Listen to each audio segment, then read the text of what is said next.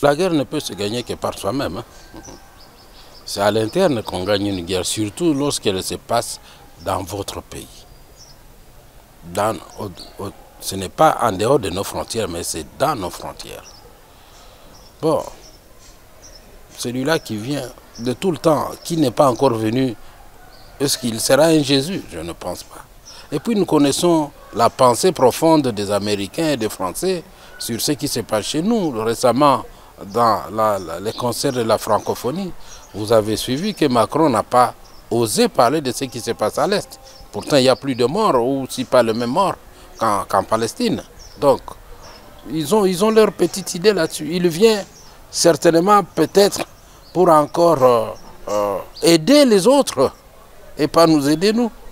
Puisque la seule manière de venir chez nous, qui nous prouve qu'on est de notre côté nous aider, c'est de nous envoyer un renfort militaire par exemple, ou nous envoyer des armes. C'est la seule façon qui peut prouver. Mais venir parler français ou atterrir, c'est lui donner encore l'occasion de rencontrer qui il veut et entrer dans le secret, conjuguer d'autres combines. Moi je pense qu'il n'y a rien à espérer de lui si nous-mêmes n'arrivons pas à nous donner raison. Mais qu'à cela ne tienne. Moi, il n'y a pas longtemps, je n'avais pas été joyeux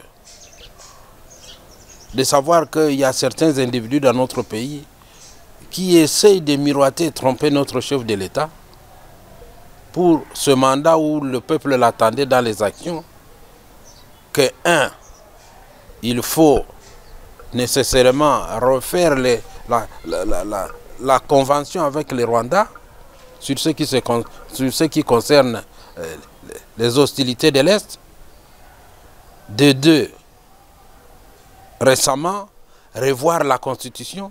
Moi, j'ai trouvé que les deux choses-là peuvent amener un découragement au niveau national, une perte d'adhésion collective, et même susciter d'autres guerriers qui étaient déjà morts, autour desquels, d'ailleurs, cette constitution était faite pour les intérêts, qui peuvent encore se dire non, mais donc nous revenons à l'ancien système où il faut conquérir le pouvoir par les armes.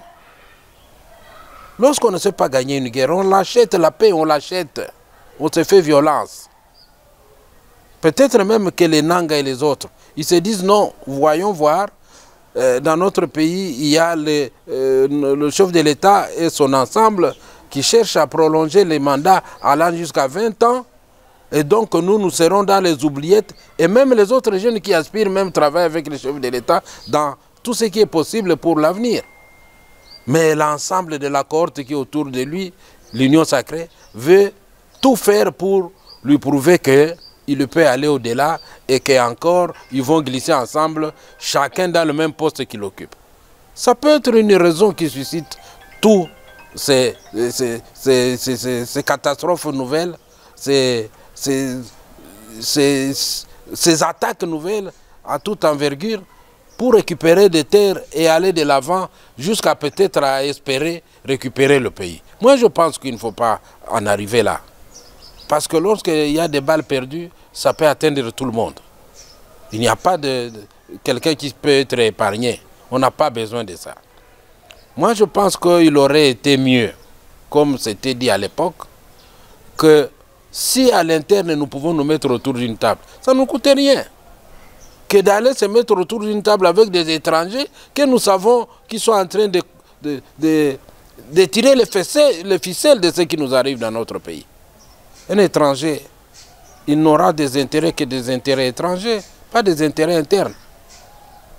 Moi, je pense que, en bref, qu'on ne peut rien espérer de l'arrivée de cet envoyé, parce que par le temps passé et par tous les autres moyens, nous avons combien de voyages le président n'a pas fait vers les autorités américaines, les autorités françaises, et qui n'ont jamais rien dit ni fait de concret. Ce n'est pas aujourd'hui parce qu'il y a actuellement l'avancée militaire de Banangala qu'aujourd'hui ils vont faire quelque chose.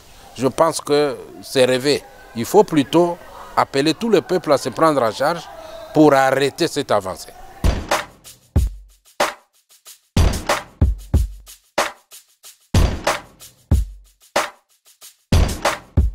nous avons tous suivi d'abord l'arrestation de M. Seth Kikouni. Et puis nous avons vu sa détention depuis l'ANER, aujourd'hui à la prison. Et il est devant son juge naturel en train de comparaître pour les faits qui sont mis à sa charge. Alors si nous devons rentrer à votre question, savoir si il est dit, il est permis à quelqu'un de comparaître dans cet état. Déjà pour vous répondre, la constitution qui est la loi mère, la loi de toutes les mères dans notre pays, a consacré une liberté. Donc c'est-à-dire la liberté c'est un principe et la détention c'est une exception. Donc la loi, la constitution permet que tous les Congolais puissent se mouvoir, puissent circuler, aller et revenir librement. Mais il s'est fait que lorsque la justice met la main sur vous, on vous prive ces droits-là de liberté. C'est-à-dire on vous prive les mouvements d'aller et de revenir. C'est pourquoi vous êtes en détention. Mais au moins tous les autres droits qui vous sont reconnus, ils continuent à exister sans problème. Donc à la date d'aujourd'hui, comme la vie est sacrée, M. Seth Kikouni a droit de vivre de la vie, même s'il est en détention. Mais si je dois répondre à votre question, est-ce qu'il est permis à quelqu'un de comparaître devant un tribunal dans cet état tout en étant malade? Je crois qu'à cette question, nous devons nous réserver parce que la loi dit qu'il n'y a que le médecin qui peut prouver que telle personne est malade ou en bonne santé. Et il ne le fait pas verbalement, il le fait dans un rapport médical qui atteste qu'effectivement tel est malade, tel ne l'est pas. Donc pour le cas de Seth Kikouni, il faut qu'un médecin le dise verbalement, par écrit, le dise effectivement, monsieur souffre de telle maladie qui l'empêche de comparaître devant un tribunal. Parce que nous sommes dans un état qui se veut être un état de droit. Donc un état dans lequel tous les droits garantis aux citoyens sont pris en charge. Donc, à mon avis, aujourd'hui, je n'ai pas vu, je me réserve, sauf erreur de ma part, je n'ai encore vu aucun rapport médical d'un médecin disant que M. Seth Kikouni souffrirait d'une telle maladie qui l'empêche de comparaître dans cet état. Alors, par expérience, nous avons une jurisprudence dans ces pays. Il y a un politicien, je me rappelle si j'ai bonne mémoire, ça doit être M. Franck Djongo, qui a comparé et a été condamné dans un état d'inconscience. Ça nous avait tous troublés, ça nous avait tous surpris, mais la loi, elle est comme ça. Lorsque les choses ne se sont pas passées comme la loi le dit, vous êtes obligés à vous conformer devant la loi. Donc pour me résumer, il faut qu'un médecin le dise par écrit, voilà, monsieur tel souffre et il ne sera pas à mesure de venir se présenter devant le tribunal pour présenter ses moyens de défense. Parce que ce qui est vrai, la loi reconnaît que les droits de la défense sont des droits fondamentaux et ils sont garantis. Dès lors qu'un médecin le dit, le tribunal, je crois qu'il n'a pas de choix qu'à s'asseoir jusqu'à ce que monsieur soit rétabli totalement.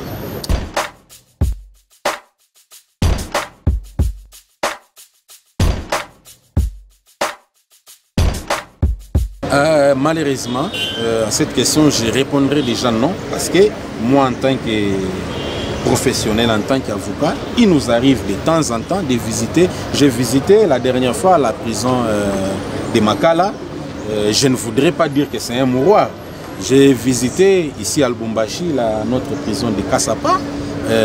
C'est une prison un peu modeste, qui est différente de la prison de Makala, par exemple. Mais au moins, dans chaque prison, il y a un centre hospitalier qui permet de fournir aux prisonniers, comme je dis, ils ont encore droit à la vie. Ils ont droit aux soins de santé. C'est comme ça que dans chaque prison, il y a un centre hospitalier et il y a un médecin. Mais, pour vous dire vrai, il n'y a pas de spécialistes. Il y a des médecins qui sont là pour des cas d'urgence. Ce sont des médecins qui sont là pour des cas d'urgence, mais ils ne sont pas des spécialistes. C'est-à-dire vous avez une maladie spéciale et un spécialiste, un expert venir vous soigner et vous donner, faire un diagnostic conséquent. Non. C'est pourquoi vous voyez certains prisonniers qui sont là, il demande à ce qu'il soit évacué dans un centre qui répond au standing international, qui répond au standing le plus facilement ou le minimum requis pour que les soins de santé lui soient administrés. Et je crois que c'est la même chose aussi pour cette Kikuni qui, à mes informations, a été autorisé à aller dans un centre sur place afin qu'il soit soigné. Et quand on le fait, on vous commet un agent de sécurité qui est là avec vous jusqu'à ce que vous retrouvez votre santé.